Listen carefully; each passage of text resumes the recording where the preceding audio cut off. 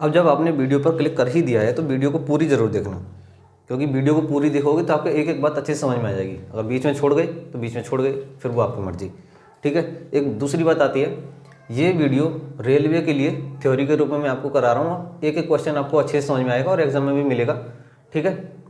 चाहे तो रेलवे वाले हों चाहे 9th वाले बच्चे हों, वो भी आप इसको देख सकते हैं, क्योंकि 9th से ही तो रेलवे में बनते हैं ना क्वेश्चन। ठीक है। और एक बात और कि अगर आपने पिछली वीडियो नहीं देखी है तो उसमें आपको मैंने पद्धतियों के बारे में बताया है। FPS, MKS, CGS, SI पद्धति, ये सब क्या होती है, इन सब के बारे में मैंने आपको बताया, तो आप भी वो वीडियो भी देख सकते हैं। चलिए वीडियो को शुरू करते हैं।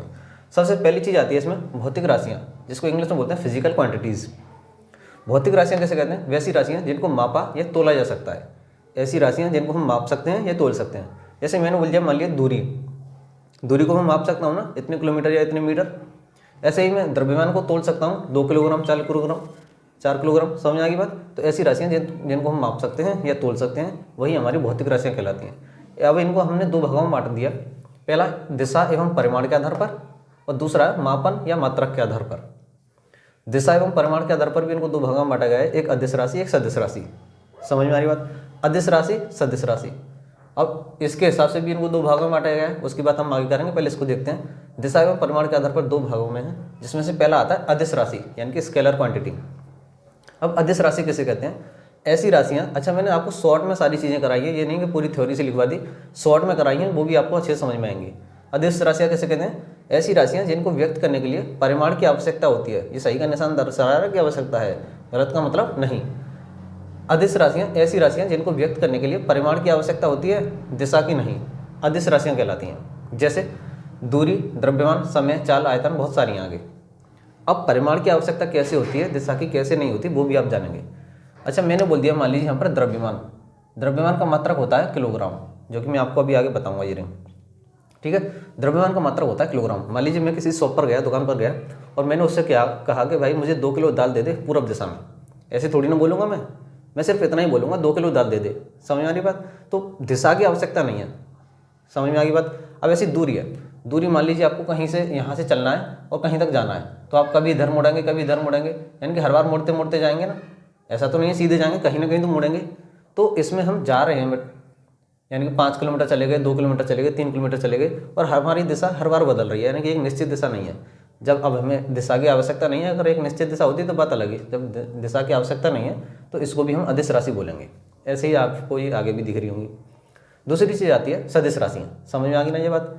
परिमाण की आवश्यकता होती है, दिशा की नहीं। परिमाण मतलब ये गिनती 2, 3, 4, 5। दूसरी आती है सदिश राशि। इनको व्यक्त करने के लिए परिमाण की भी आवश्यकता होती है, दिशा की। परिभाषा क्या बन जाएगी? ऐसी भौतिक राशियाँ जिनको व्यक्त करने के लिए परिमाण के साथ साथ दिशा की भी आवश्यकता होती है, सदिश राशियाँ कहलाती हैं, यानी कि वेक्टर क्वांटिटी कहलाती हैं।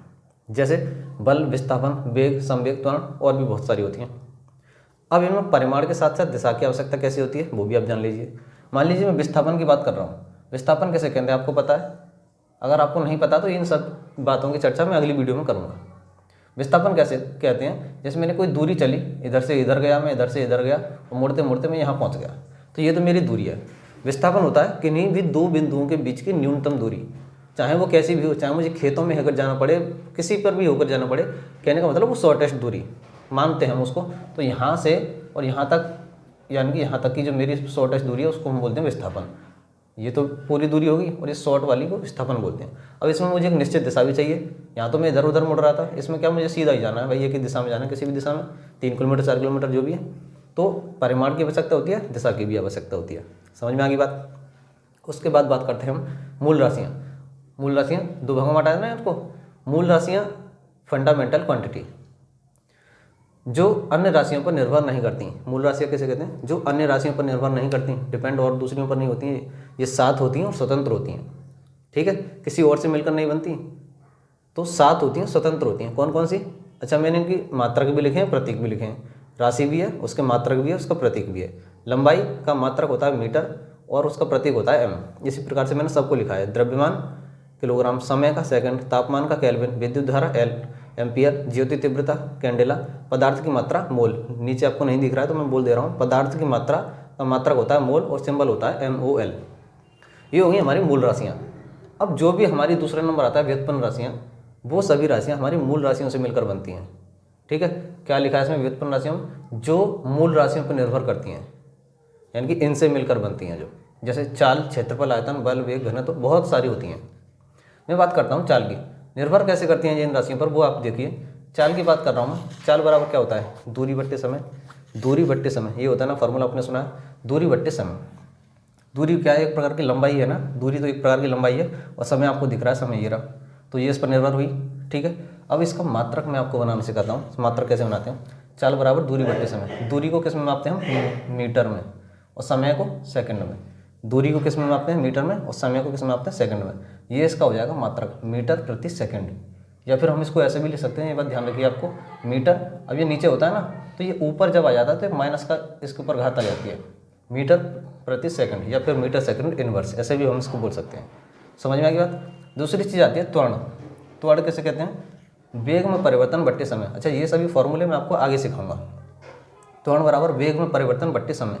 अब वेग किसे कहते हैं, वेग भी होता है मीटर प्रति सेकंड, लेकिन मेरे पास नीचे पहले से एक समय है, समय का मतलब सेकंड, नीचे मेरे पास पहले से एक सेकंड हो गया, तो ये हो जाएगा मीटर प्रति सेकंड स्क्वायर।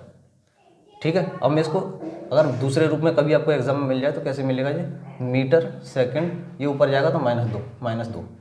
समझ में आ गई बात। इस तरीके से इनके मात्रक बनते हैं, वो भी मैं आपको अगली वीडियो में बताऊंगा। ठीक है, अब एग्जाम में इनसे क्वेश्चन कैसे आते हैं, जैसे है किसकी इकाई एम्पियर होती है। 4 ऑप्शन दिए हैं, विभवांतर, विद्युत आवेश, विद्युत धारा, प्रतिरोध। किसकी इकाई एम्पियर होती है, अभी आपको मैंने बताया था, विद्युत धारा की इकाई एम्पियर होती है। इकाई मतलब मात्रक, विद्युत धारा का एम्पियर, तो इसका सही उत्तर हो जाएगा विद्युत धारा। ऐसे ही दूसरा, त्वरण की ऐसा इकाई क्या होती है, यानी कि त्वरण का मात्रक क्या होता है, मीटर सेकंड, या मीटर सेकंड इनवर्स, या मीटर सेकंड -2, या फिर वो अगला वाला। तो इसका सही उत्तर अभी बताया ना मैं आपको, ये वाला, तो इसका उत्तर हो जाएगा ये वाला। अब ये निकालते कैसे हैं, ये सभी मैं आपको अगली वीडियोज़ में सिखाऊंगा। ठीक है, अगर इतना बताने के बाद भी अगर आपका कोई डाउट बाकी रह गया तो आप कमेंट कर सकते हैं।